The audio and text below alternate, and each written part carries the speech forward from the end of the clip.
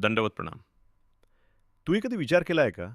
आपल्या आयुष्यातील सर्वात मोठा अपव्यय कोणता आहे?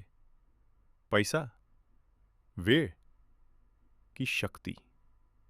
श्री चक्रधर स्वामी सांगतात, सर्वात मोठा अपव्यय म्हणजे निरर्थक बोलण्यात घालवलेला वेळ.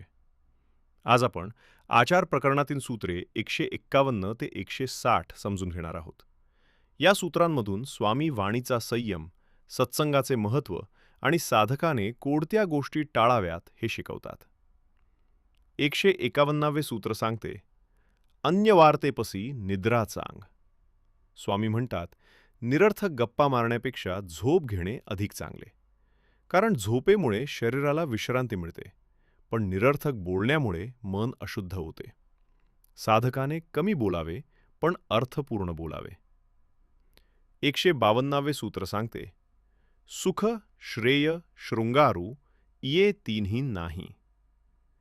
ज्या चर्चेत आध्यात्मिक आनंद नाही, जीवनाचे कल्याण नाही आणि परमेश्वराविषयी प्रेम नाही, अशा गप्पा म्हणजे अरण्यात बसून रडण्यासारख्या व्यर्थ आहेत. वेळ जातो, पण आत्मिक प्रगती होत नाही. 153वे सूत्र सांगते, तो ते तुला मंगल काळू झाला. जो वेळ परमेश्वराच्या नामस्मरणात, लीळांच्या चिंतनात आणि सत्संगात जातो, तोच खऱ्या अर्थाने शुभ आणि मंगल काळ असतो. असा प्रत्येक क्षण जीवनाला पवित्र बनवतो. 154वे सूत्र सांगते, तैसेया स्थानीन तैसेया तैसेया गोष्टी तिया न कीजेती. पवित्र स्थळी, मंदिरात, सत्संगात किंवा परमेश्वराच्या सान्निध्यात सांसारिक विषयांची चर्चा करू नये. जिथे ईश्वराचे स्मरण व्हायला हवे, तिथे संसाराच्या गोष्टींना स्थान नसावे.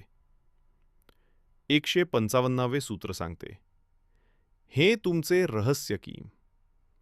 आध्यात्मिक अनुभव, साधनेतील गूढ अनुभव आणि परमेश्वराची कृपा हे प्रत्येकासमोर सांगत फिरू नयेत.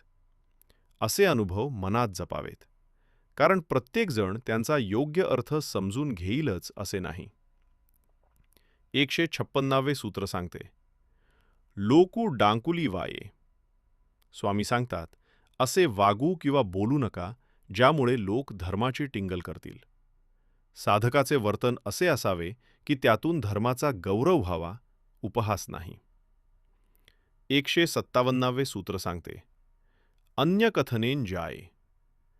फालतू चर्चा हळूहळू मनाची एकाग्रता नष्ट करते. सुरुवातीला काही क्षण जातात, पण नंतर संपूर्ण साधनाच विस्कळीत होते. म्हणून वाणीवर नियंत्रण आवश्यक आहे. 158वे सूत्र सांगते, जेथोनी होय तेथीचिया विपरीत बुद्धी जाय. चुकीची संगत आणि चुकीच्या चर्चा यामुळे ज्या परमेश्वरामुळे ज्ञान मिळाले त्यांच्याविषयीही मनात संशय निर्माण होऊ शकतो. म्हणून सत्संग जितका महत्त्वाचा, तितकीच कुसंग टाळणेही महत्त्वाचे आहे. 159वे सूत्र सांगते, द्रव्ययंत्र सेवतेव जाय. जसे एखादे यंत्र सतत वापरल्याने झिजते, तसेच विषयांच्या मागे धावत राहिल्याने साधकाची आध्यात्मिक शक्ती कमी होत जाते. मनाची ऊर्जा संसारात खर्च न करता परमेश्वराकडे वळवावी.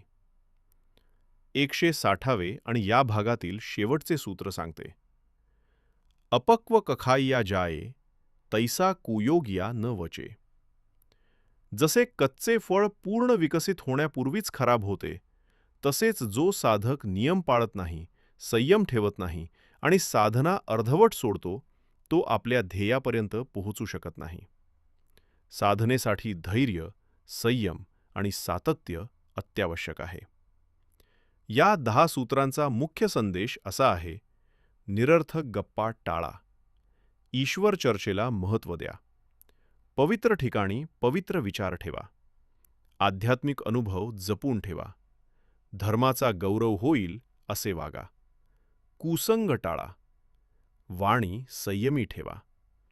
विषयांमध्ये शक्ती वाया घालवू नका. आणि संयमाने साधना पूर्ण करा. Flow to remember. निरर्थक गप्पांपेक्षा मौन श्रेष्ठ. ईश्वर चर्चाच खरा मंगल काळ. पवित्र स्थळी पवित्र विचार. आध्यात्मिक रहस्य जपा. धर्माचा उपहास होणार नाही असे वागा. कुसंग टाळा. वाणीवर संयम ठेवा. विषयांमध्ये शक्ती वाया घालवू नका. सातत्याने साधना करा. संयमी साधकच ध्येय गाठतो. आजच्या काळात मोबाईल, सोशल मीडिया आणि निरर्थक चर्चांमध्ये आपला किती वेळ वाया जातो याचा आपण विचारही करत नाही. श्री चक्रधर स्वामींचा संदेश आजही तितकाच महत्त्वाचा आहे. ज्या शब्दांनी परमेश्वराची आठवण वाढते तेच बोला. ज्या संगतीने श्रद्धा वाढते तीच संगत करा. आणि ज्या प्रत्येक क्षणात ईश्वर स्मरण आहे तोच क्षण जीवनातील सर्वात मौल्यवान आहे. महानुभाव पंथाचा इतिहास ब्रह्मवि